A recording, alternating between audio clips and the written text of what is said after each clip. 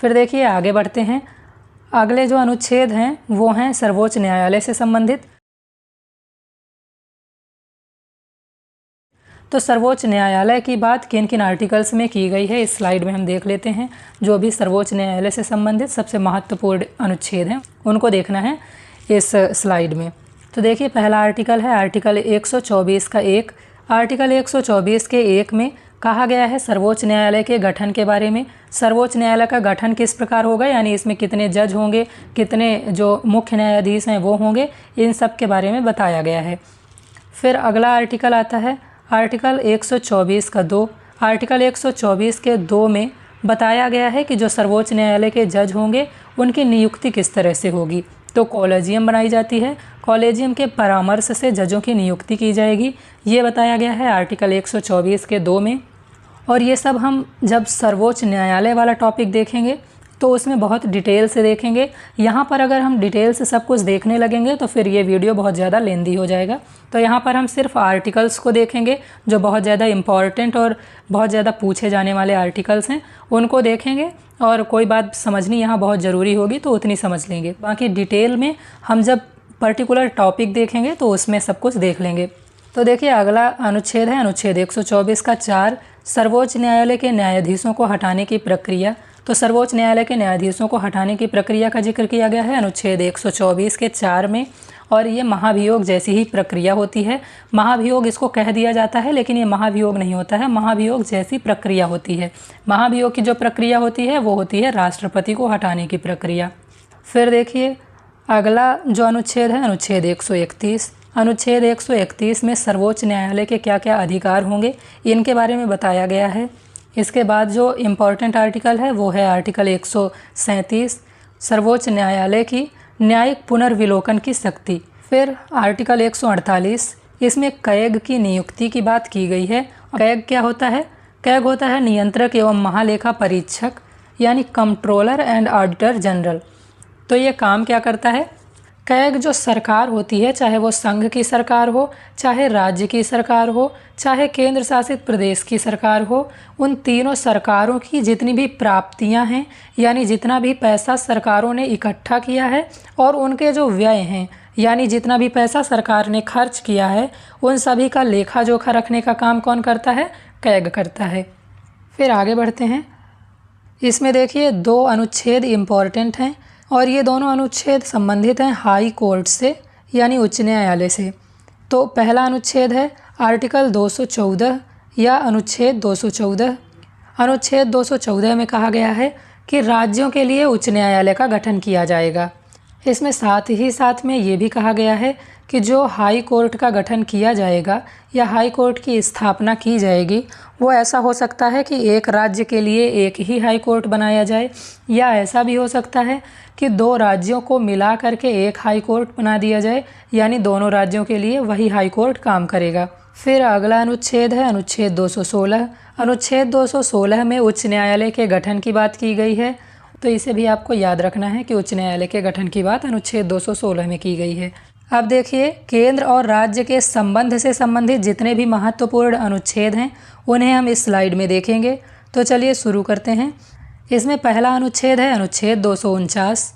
इसमें कहा गया है कि संसद राज्य सूची के विषय पर कानून बना सकती है अगर राज्यसभा विशेष बहुमत से प्रस्ताव पारित कर दे। तो देखिए मैंने आपको बताया था कि 3 प्रकार की सूचियां होती हैं। जो संघ सूची है उसमें संसद कानून बना सकती है, जो राज्य सूची है उसमें राज्य की विधानसभाएं और विधान परिषद कानून बना सकते हैं, और जो समवर्ती सूची है उस पर दोनों कानून बना सकते हैं।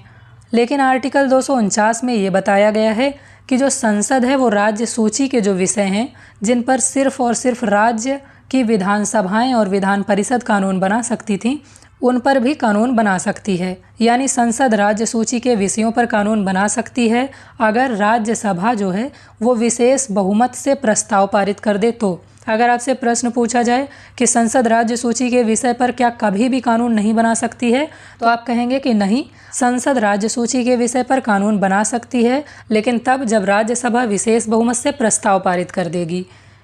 अनुच्छेद 250। अनुच्छेद 250 में कहा गया है कि संसद जो है वो राज्य सूची के विषय पर कानून बना सकती है आपातकाल के दौरान। अगर राज्यसभा प्रस्ताव पारित कर दे। देखिए आर्टिकल 249 में जब देश के अंदर सामान्य स्थिति होती है तब संसद राज्य सूची के विषय पर कानून बना सकती है, ये बताया गया है। और आर्टिकल 250 में बताया गया है कि अगर देश के अंदर आपातकाल लागू हो तो राज्यसभा अगर ऐसी स्थिति में विशेष बहुमत से प्रस्ताव पारित कर देती है तो संसद राज्य सूची के विषय पर कानून बना सकती है। यानी अगर राज्यसभा प्रस्ताव पारित करके संसद को अधिकार दे देती है कि संसद राज्य सूची के विषय पर कानून बनाए तो संसद राज्य सूची के विषय पर भी कानून बना सकती है। अब आपसे यहाँ पर एक प्रश्न और बन सकता है, आपसे पूछा जा सकता है कि कौन संसद को राज्य सूची के विषय पर कानून बनाने की अनुमति प्रदान कर सकता है। तो उसमें ऑप्शन दे दिए जाएंगे राष्ट्रपति, राज्यपाल, विधान परिषदें, विधानसभाएं या राज्यसभा। तो आप कहेंगे राज्यसभा जो है वो संसद को राज्य सूची के विषय पर कानून बनाने की अनुमति दे सकती है अगर वो विशेष बहुमत से प्रस्ताव पारित कर दे तो। फिर अगला अनुच्छेद है अनुच्छेद 262। अनुच्छेद 262 में संसद राज्यों के बीच जल विवाद का समाधान करेगी, ये बात कही गई है। यानी दो राज्यों के मध्य अगर कभी जल को लेकर विवाद हो गया तो संसद जो है वो इस जल विवाद का समाधान करेगी या निपटान करेगी, ये बात आर्टिकल 262 में कही गई है। फिर आर्टिकल 263। आर्टिकल 263 में अंतर्राज्यीय परिषद की बात की गई है। अंतर्राज्यीय परिषद कौन सा काम करेगी? तो अंतर्राज्यीय परिषद जो होगी वो राज्यों के मध्य विवादों को सुलझाने का काम करेगी। तो आपको जितने भी आर्टिकल्स यहाँ पर बताए गए हैं, चाहे वो आर्टिकल 249 हो, चाहे 250 हो, चाहे 262 हो या 263 हो, इन सभी को बहुत अच्छे तरीके से आपको याद कर लेना है क्योंकि प्रश्न यहाँ से घुमा कर भी बहुत तरीके से पूछे जा सकते हैं। फिर आगे बढ़ते हैं। हमारा अगला अनुच्छेद है अनुच्छेद 280। अनुच्छेद 280 में वित्त आयोग की बात की गई है। और वित्त आयोग क्या काम करेगा? तो ये केंद्र और राज्यों के बीच धन का बंटवारा करेगा। मैंने आपको पहले भी बताया था कि जो केंद्र होता है वो जो टैक्स इकट्ठा करता है उस टैक्स को केंद्र और राज्य के मध्य बांटा जाता है। और केंद्र और राज्य के मध्य किस रेशियो में बांटा जाएगा या कितना हिस्सा केंद्र रखेगा और कितना हिस्सा राज्य रखेगा, इस बात को बताएगा वित्त आयोग। तो अब आपको ये बात याद रखनी है, अगर आपसे प्रश्न पूछा जाए कि वित्त आयोग का जिक्र किस अनुच्छेद में किया गया है तो आप कहेंगे वित्त आयोग का जिक्र अनुच्छेद 280 के अंतर्गत किया गया है। और देखिए जो वित्त आयोग के अभी अध्यक्ष हैं वो हैं NK सिंह और ये 15वें अध्यक्ष हैं। इसके पहले 14 अध्यक्ष वित्त आयोग के हो चुके हैं। हर 5 साल में वित्त आयोग का गठन किया जाता है और नया अध्यक्ष चुना जाता है। अगला अनुच्छेद है अनुच्छेद 312। अनुच्छेद 312 में कहा गया है कि जो संसद है वो अखिल भारतीय सेवाएं जो हैं उनका सृजन कर सकती है। अखिल भारतीय सेवाएं जैसे IAS, IPS, IFS ये सब होती हैं, ऐसी ही नई सेवाओं का सृजन संसद कर सकती है। ये कहा गया है आर्टिकल 312 में। आपको ये बात बहुत अच्छे तरीके से याद रखनी है। फिर अगला आर्टिकल है आर्टिकल 315। आर्टिकल 315 में कहा गया है कि संघ और राज्यों के लिए लोक सेवा आयोग का गठन किया जाएगा। इसी में देखिए UPSC जो होता है संघ के लिए और बहुत सारे स्टेट PCS होते हैं, जैसे UP का है UPPCS। तो इन सब के गठन की बात की गई है आर्टिकल 315 में। तो आपको याद रखना है कि संघ और राज्यों के लिए लोक सेवा आयोग के गठन की बात आर्टिकल 315 में की गई है। फिर अगला आर्टिकल है आर्टिकल 324। आर्टिकल 324 में निर्वाचन आयोग या चुनाव आयोग की बात की गई है, यानी इलेक्शन कमीशन की बात की गई है। ये जो निर्वाचन आयोग होता है ये बहुत से काम करता है, जैसे चुनाव कराने का काम, चाहे वो राज्य के चुनाव हों चाहे वो संघ के चुनाव हों। तो इसमें आपको ये बात याद रखनी है, आर्टिकल 324 में निर्वाचन आयोग या जो संघ निर्वाचन आयोग है उसकी बात की गई है। और ये संघ और राज्यों के लिए जो भी चुनाव होते हैं उनको करवाता है। जो राज्य निर्वाचन आयोग होता है वो जितने भी स्थानीय निकायों के चुनाव होते हैं, जैसे पंचायतों का चुनाव या नगर पालिकाओं का चुनाव, उनको करवाता है। तो आपको यहाँ पर ये बात याद रखनी है कि आर्टिकल 324 में निर्वाचन आयोग या चुनाव आयोग या इलेक्शन कमीशन की बात की गई है। फिर अगला अनुच्छेद है अनुच्छेद 343। अनुच्छेद 343 में राजभाषा के बारे में बताया गया है कि हमारी राजभाषा जो होगी वो हिंदी होगी और जो लिपि होगी वो देवनागरी होगी। मैंने जब आपको संविधान का भाग वाला टॉपिक करवाया था तो उसमें बताया था कि राजभाषा से संबंधित भाग कौन सा है, तो आप मुझे कमेंट करके बताइएगा कि राजभाषा से संबंधित भाग कौन सा है।